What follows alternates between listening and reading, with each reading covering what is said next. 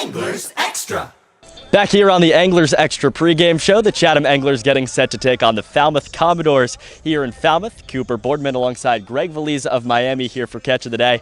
Greg, how you doing? Doing well, how are you? I'm very good.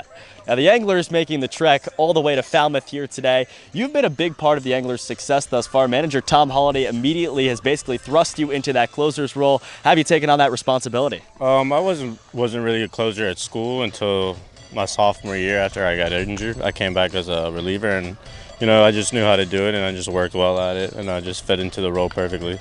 What are some of the biggest differences you see between starting and going a little bit longer and closing?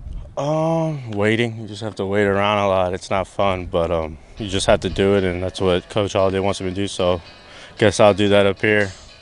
I'm always curious because you're sitting there for, 8 innings, you have to watch a baseball game, and then all of a sudden you're thrust into some of the most pressure-packed situations. How do you stay mentally ready? Just try to be cool as a cucumber, to be honest. I stretch a lot, I hang out, and I pay attention to the game and just try to stay loose the whole time. Now, you didn't throw very many innings at Miami coming back from an injury. You come back here on the Cape. How are you ready to stay so sharp to come here and play for Chatham? Well, I got a couple. After I got done with injury, I got 2 innings. So I didn't get a lot, but I worked a lot on the pen, and I worked a lot on my off speed and changeup and slider. So just felt good coming into the Cape.